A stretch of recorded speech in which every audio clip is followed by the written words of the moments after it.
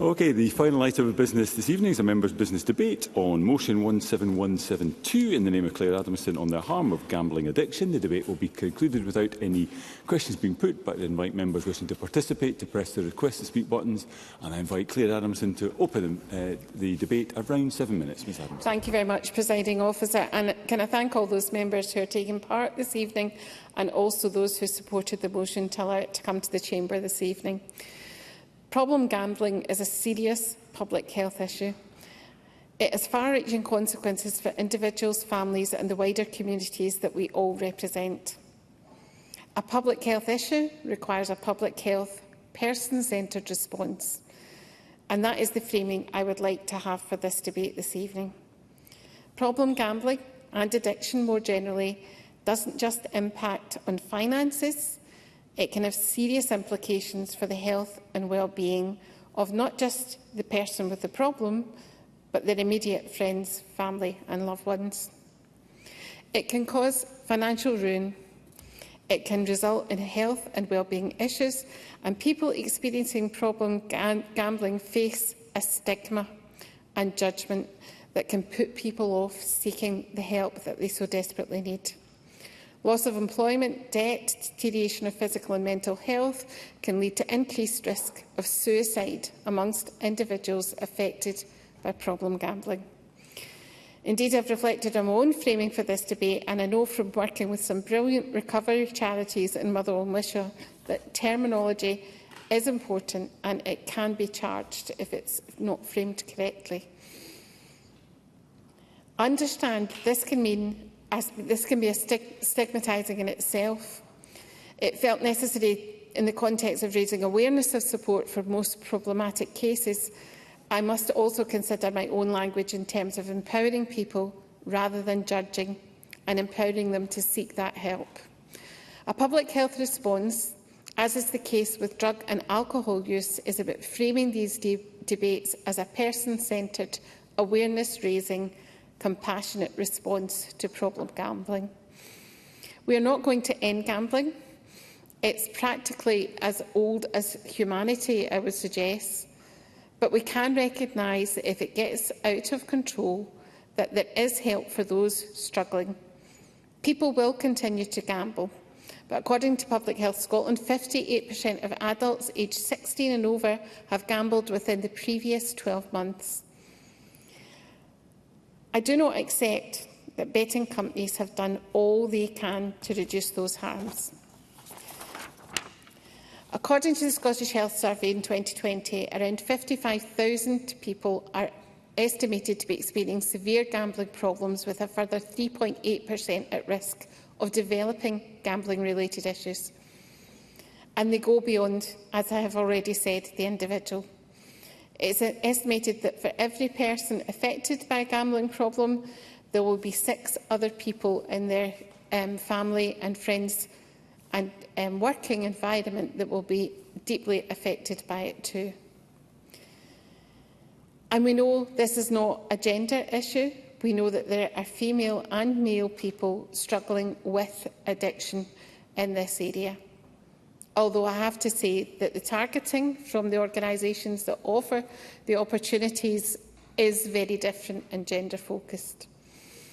A person's life and livelihood can be devastated, and this can impact on everyone round about them. But there are wider social harms too. It can cause financial desperation, which can lead to associated crimes. GamCare, who work in my constituency and indeed attended the recent Community Action Network that I held, hosted by New College Lanarkshire, where we bring together third sector organisations to share experience. They presented at that, and their annual statistic report shows that more than 50% of individuals seeking help for problem gambling also reported committing criminal acts to fund gambling activities. I would like to commend those organisations who are doing work in the community, and the profits and a lot of the gambling companies will invest in these charitable programmes, and I do welcome that funding. But we have to get to the crux of the matter, and it does not address the array of harms that are caused by problem gambling. Organisations which promote or market gambling also have to consider their responsibilities to the wider community. Sports clubs which take advantage of ad revenue from gambling companies should think about the impact that messaging is happening on their fans.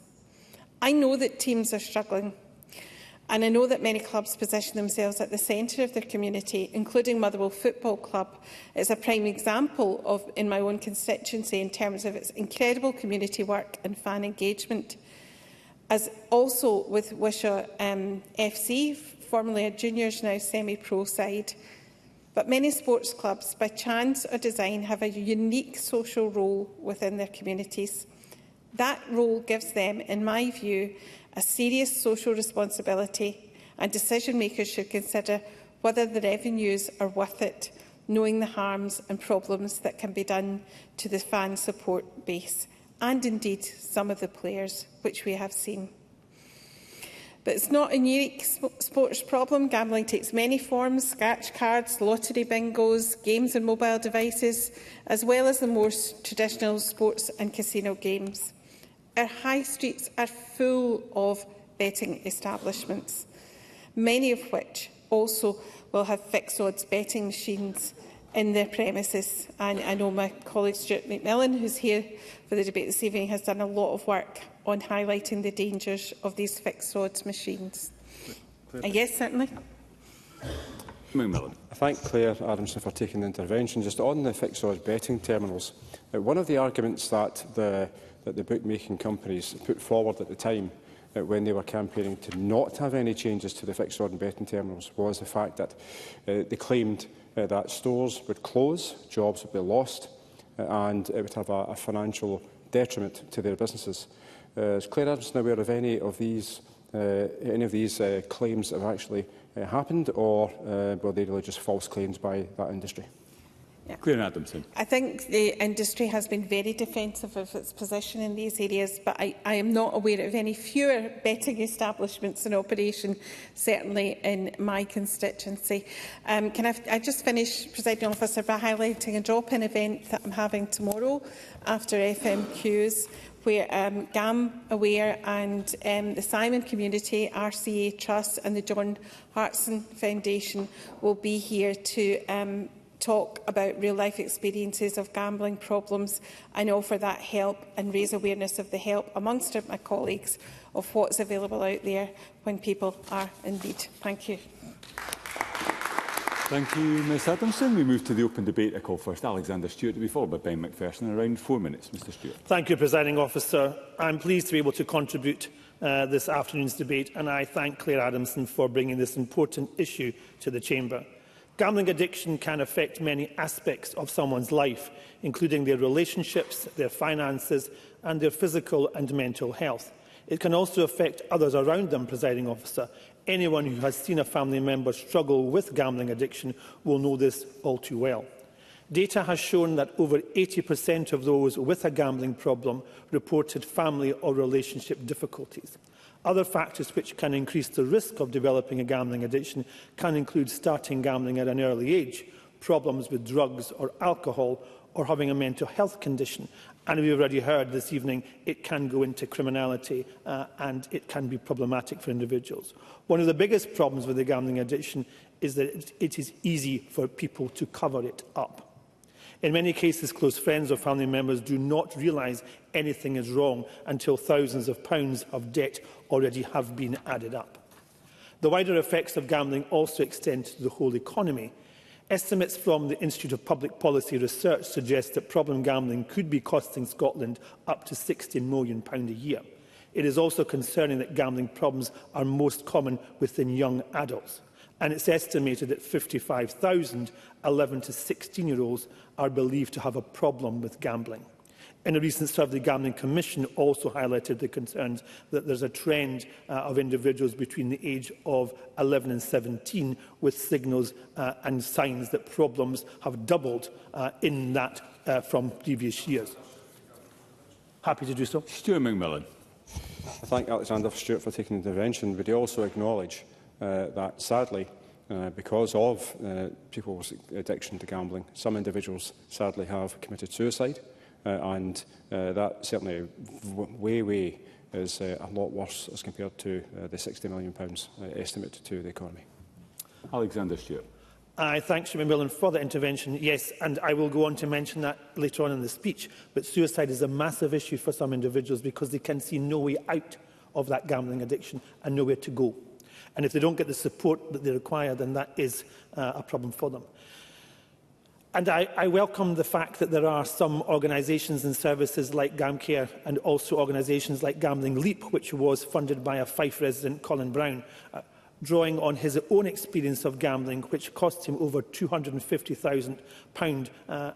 Colin launched Gambling Leap to help others support them and support the addictions they have. Organisations such as these are so important in tackling, and that's a real issue for us, and we have to, and government have to, think about that. The introduction of a maximum stake of fixed odds betting terminals in 2018 was a welcome step, Presiding Officer, but it's only a step in the way because we must ensure that government, and I was pleased that back in 2020 we did have the review of the Gambling Act, and in 2023 a white paper was published, and I welcome that the new Labour government has looked at that white paper and is prepared to look at implementing many of the areas that were talked about. But the Scottish Government also has a role to play in tackling the issue. Wider recognition of gambling and the concerns that we know when it comes to NHS Scotland and what they're trying to support individuals. We talk about suicide prevention action plan that did talk about ensuring that people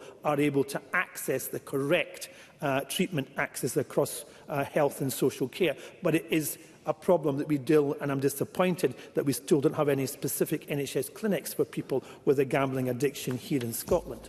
So in conclusion, Presiding Officer, I urge the Scottish Government to recognise the challenges of gambling addiction and the damage it can cause to so many people's lives, and ensure that every community has access to high-quality support services that will truly support their needs. And I look forward to hearing from the Minister that that is the case when she does her summing up. Thank you. Thank you, Mr Stewart. I now call Ben McPherson to be followed by Claire Baker. Around 4 minutes, Mr McPherson. Thank you very much, Presiding Officer, and also pay tribute to Claire Adamson for bringing this important motion and issue to the Chamber, and also to Stuart McMillan for all the work he's done over recent years. The reason I really wanted to speak in this debate is not just because of the fact that, like many constituencies across urban Scotland and beyond, this issue affects many of my constituents. But also I do think that this is an area of public policy and concern in our society that I don't think we talk about enough. Quite rightly and understandably, there is emphasis and there is debate and there is discussion on the challenges we face with regard to addictions to alcohol and illegal drugs. But gambling just doesn't seem to get the same attention. I appreciate it is slightly different, but for those affected, it is as damaging, and it is really a significant concern in our constituencies, as is set out in the motion and others have articulated. Like my colleague said, the approach to how we engage with and assist those who are experiencing addiction should be treated as a health issue and from a person-centred position.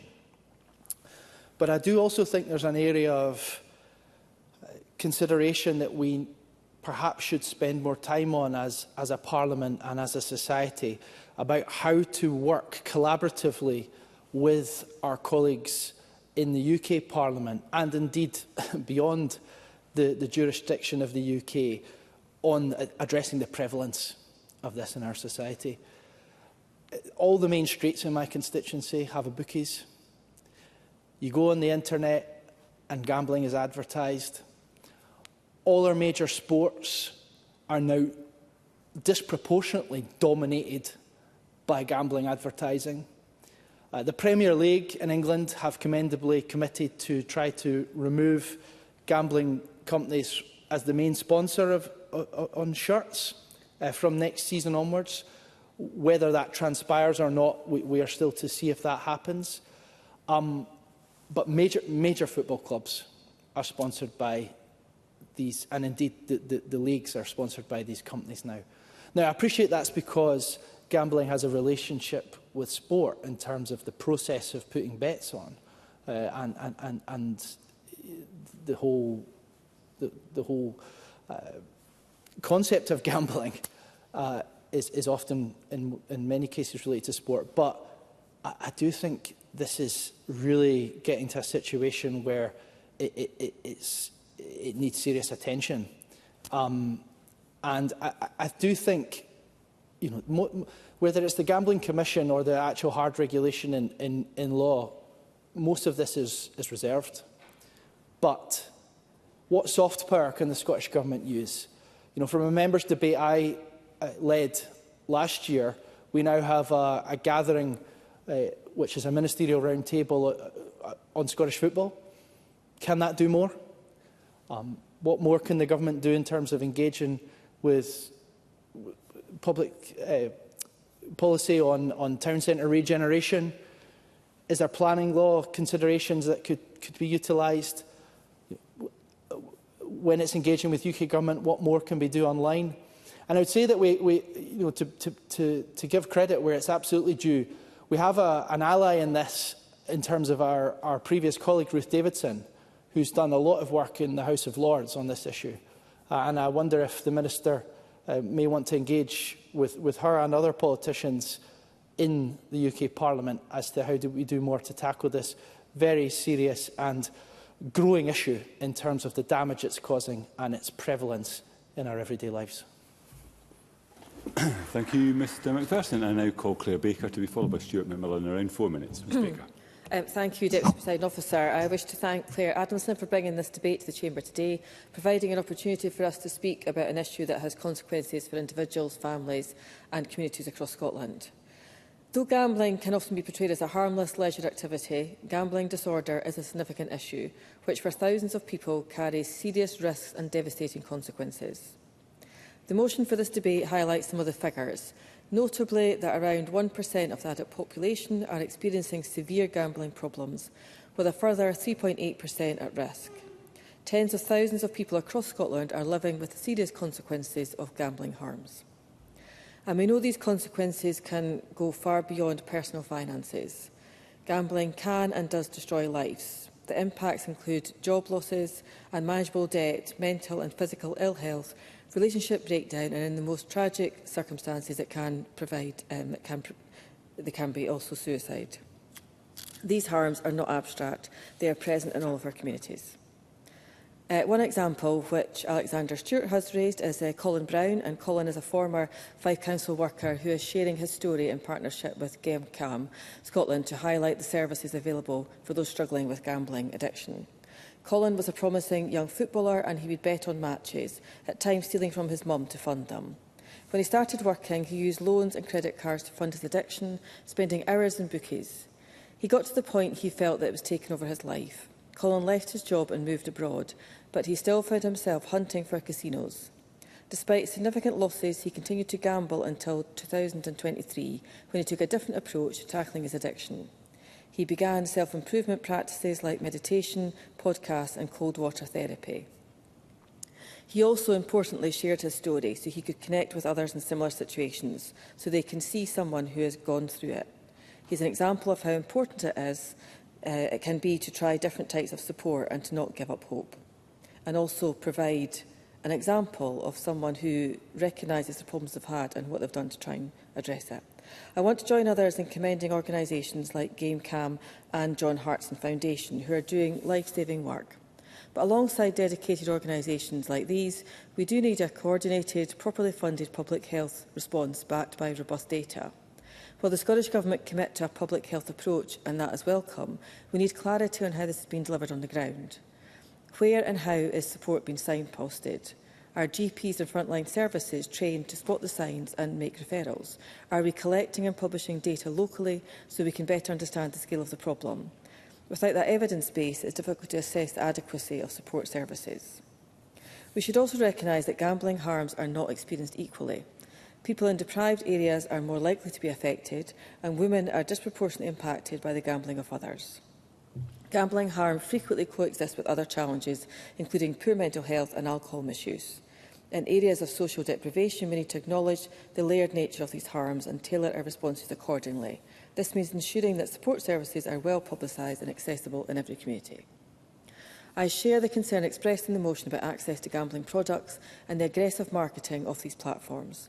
Whether it's apps, online games, social media integrations or television ads, gambling is becoming increasingly normalised and alarmingly accessible, particularly to younger people and also, I feel, targeting more younger women. The UK Government is taking some positive measures, for example through the statutory levy on casino and betting operators' profits, which will be used for NHS-led treatment and support for problem gambling, and on stake limits for online slots for younger people. But we do have to ask, does more need to be done? Let us be clear, this is about a highly profitable industry that invests millions into advertising, often targeting vulnerable people. Online platforms in particular have changed the landscape and changed the nature of addiction. And if we are to take a truly public health approach, we need action across governments and across sectors. For people battling problem gambling, we need to see the collection of better data, improved signposting and properly funded local support. We have to ensure that people can access the help when they need it, where they need it, and in a way that they can respond to positively. Thank you, Presiding Officer. Thank you, Ms Baker. And I call the final speaker in the open debate, Stuart McMillan. Again, around 4 minutes, Mr McMillan. Thank you very much, Presiding Officer.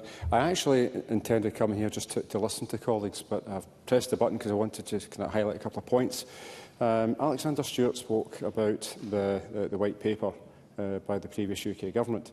Now, the Minister at the time, Caroline Noakes, certainly when I spoke to colleagues who were in Westminster at the time, they were very positive about Caroline Noakes in terms of her actions, her views, and also the fact that she seemed to get it in terms of how important legislation actually was to help people. So, obviously, sadly, that didn't go forward. Also, it's now the new UK Government have got that opportunity to really deliver upon that, and I do welcome any actions, any activities that are going to come forward to actually help people in this regard. Obviously, with it being a reserved issue, I don't think anyone would disagree, and I think it's hugely important because Claire Baker was right in terms of seems to be that kind of it does seem as if there's that targeting of deprived communities. People want to get a way out.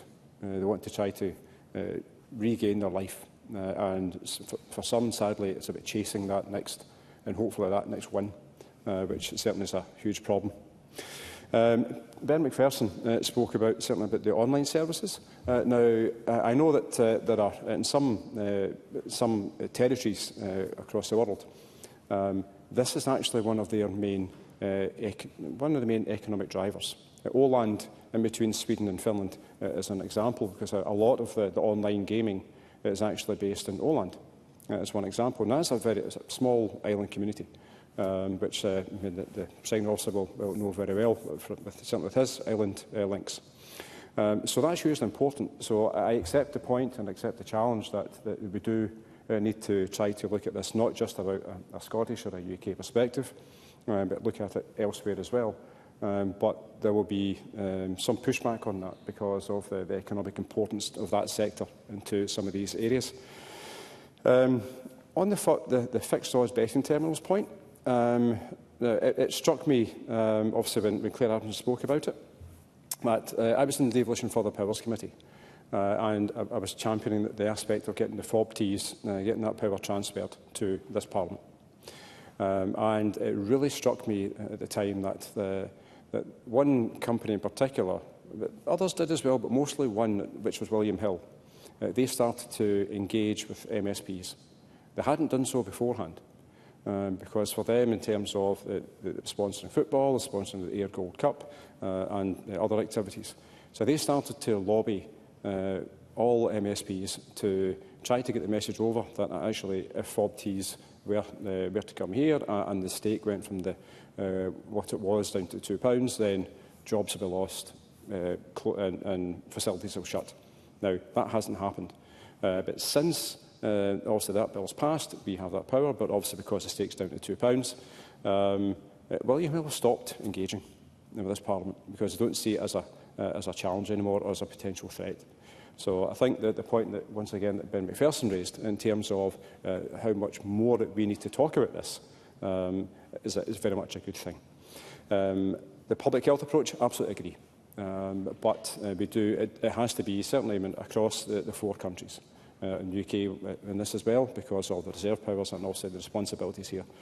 And just a final point, one of the meetings that will stay with me for the remainder of my life was going to a Gambling Anonymous meeting. On the way, it was a Thursday evening heading back from Parliament, and some of the testimonies I heard from people in that room were absolutely harrowing. And some of the folk in the room did tell me also about people who had committed suicide. So the approach that we do have to take in this, it has to be cross-parliament, parliaments, sorry. It has to be from that public health approach, because also this isn't just about trying to deal with gambling. It's also hugely about saving lives. So I do thank Claire Adamson for bringing this debate to the Chamber, because it certainly is something that we do need to talk about more. Because it's not just about gambling, it is today in this debate, but it also does then feed into people potentially into alcohol misuse and also drugs misuse. So but this is about saving lives. Thank you. Thank you, Mr Macmillan. And now invite Jenny Minto to respond to the debate. Minister, around 7 minutes, please. Thank you, Presiding Officer. And I too would like to pass my thanks to Claire Adamson for raising this important topic in the Parliament, and also thank every member that's taken part, because I think this has been a really helpful debate. As Claire Adamson said, gambling is a serious public health issue. And as we've heard from everyone that's contributed about the situation, it's not only affecting people who gamble, but also their families, their relationships, communities, and then wider society. And as Claire Adamson said, and others, gambling exacerbates health inequalities. I think Claire Baker specifically highlighted that as well, with the burden of harm being borne by those already facing disadvantage. Those who gamble tend to have lower levels of mental well-being compared to those who do not, and can even sadly lead to an increased risk of suicide, as mentioned by both Alexander Stewart and Stuart Macmillan. Anyone can be harmed by gambling, and it is estimated that at least 6 people are directly affected by the person experiencing gambling harms, with women more likely to be an affected other. And I'm also very aware that women could be gambling in a hidden context as well, which I know Alexander Stewart talked about. It's the wider harm that's also often overlooked. We need to ensure that these people know... Yes, of course. Claire Adamson. Point. Does she also share my concern about the targeted nature of some of the advertising? We see a lot of the betting apps being used in sports programmes and on those kind of platforms, but when we see targeted to women advert, it's usually about the friendship group and come and have fun, and it's, you know, sparkles and you know, characters that are used to try and lure women in to that feeling, but at the end of the day it's just gambling. I thank Claire Adamson for her intervention, and I was trying to work out a way to introduce that side of things, and so thank you very much for commenting on that. It is noticeable if you're watching certain television programmes, the real amount, I suppose, and the different styles and the colours that are used, and also, as Claire Adamson said, the pulling in of friendship. I have met with the advertising standards to talk about this, because sometimes as a switch off, I play some games on my phone, and there was a couple of adverts that I was really concerned about, because I felt that they were being directed specifically at young people as well. So they were able to have a look at that, and I think it's important that we, in our roles, if we do spot these things, that we know the right people to emphasise the damage that they could be doing. Along the same lines, I very much welcome the recent launch of the ELA website, which has been developed by the RCA Trust and Simon Community Scotland to provide a resource focused on women's experiences of gambling-related harms and also as a source on how to find support when needed. The site also, importantly, has advice on how to provide professional support to women in need. And as I've highlighted, it's important that our children are protected from the harms of gambling. And I'm concerned, as I know many of you are in the chamber here, that of the reports of increasing numbers of children experiencing gambling-related harm. A number of people talked about the impact of children's games, as I've just highlighted, so I think that's something we need to be aware of. But I really welcome the work of Fast Forward to develop an early intervention and prevention programme to provide workshops, training and resources for children, young people, parents and carers, practitioners and communities regarding gambling and related harm across Scotland. And in April 2020, the Scottish Government and Public Health Scotland, along with partners in COSLA, academia and the third sector, convened a national gambling harm working group to develop a Scottish public health approach to reduce gambling-related harms. Critically, this included engagement sessions earlier this year with those with lived experience and third sector stakeholders to inform our approach. Their voices and experience were welcomed, and I would like to thank them here for their advice. And as another part of this work, Public Health Scotland has also published a healthcare needs assessment which describes what is needed for gambling treatment services, from local recovery support through to specialist clinical input. And last year, Ms Todd and I met with Glasgow City Council, who led a pilot of a whole system approach to tackling gambling harm between 2022 and 2023, which demonstrated the complexity of the local system and numbers of factors that touched on gambling-related harms, and including, as people have mentioned here, the number of betting shops on our high streets. Even it's there in full view, we also know that gambling is a hidden condition and highly stigmatising, and can have significant impact on the mental health of individuals and their families. And as Ben Macpherson and also Alexander Stewart and Stuart McMillan said, we really don't talk about gambling enough, and we do need that person-centred approach. Just under 2 years ago, I was at a gambling harms event where I listened to a very personal testimony when it was, and that really highlighted to me the stigma and the embarrassment that that individual experienced. And he made it incredibly clear that it was a public health issue and something that should be treated as a public health issue. And I note Claire Adamson's comments about football, and also Ben Macpherson as well, the unique social role that football clubs play in our society. I often say that football is on the front pages, the back pages and the centre pages of our papers, and I note the round table on football that Ben Macpherson has highlighted, and I will speak to Ms Todd with regards to Ben Macpherson's suggestion about including gambling as a topic there. In July 2024, Public Health Scotland published a briefing on gambling and suicide, which outlines some of the work the Scottish Government are doing with Public Health Scotland to tackle this issue. I think I'll also note how important the cross-parliamentary work is.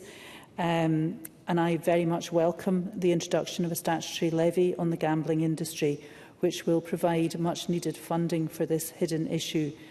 I have been in written dialogue with Baroness Twycross about the levy, but I also note the suggestion from Ben Macpherson about engaging with Ruth Davidson. I do think the levy is a significant step forward, and the expectation is that Scotland will receive a fair allocation of funding for treatment and prevention activity this year, and I look forward to working with Wales and the UK Government on this. And finally, I will say that improving health and reducing health inequalities across Scotland remains a clear ambition for this Government. And in order to tackle this mounting challenge, the Scottish Government and COSLA, in collaboration with wider partners, are developing a population health framework to take a cross-government and cross-sector approach to improve the key building blocks of health. This framework will consider what action can be taken to mitigate the socio-economic drivers of ill health in order to build a Scotland in which our places and communities can positively support health and well-being. The work we're doing on gambling will directly support this framework. And I look forward to working with Parliament and more widely on this issue over the coming year. Thank you, Minister. That concludes the debate, and I close this meeting of Parliament.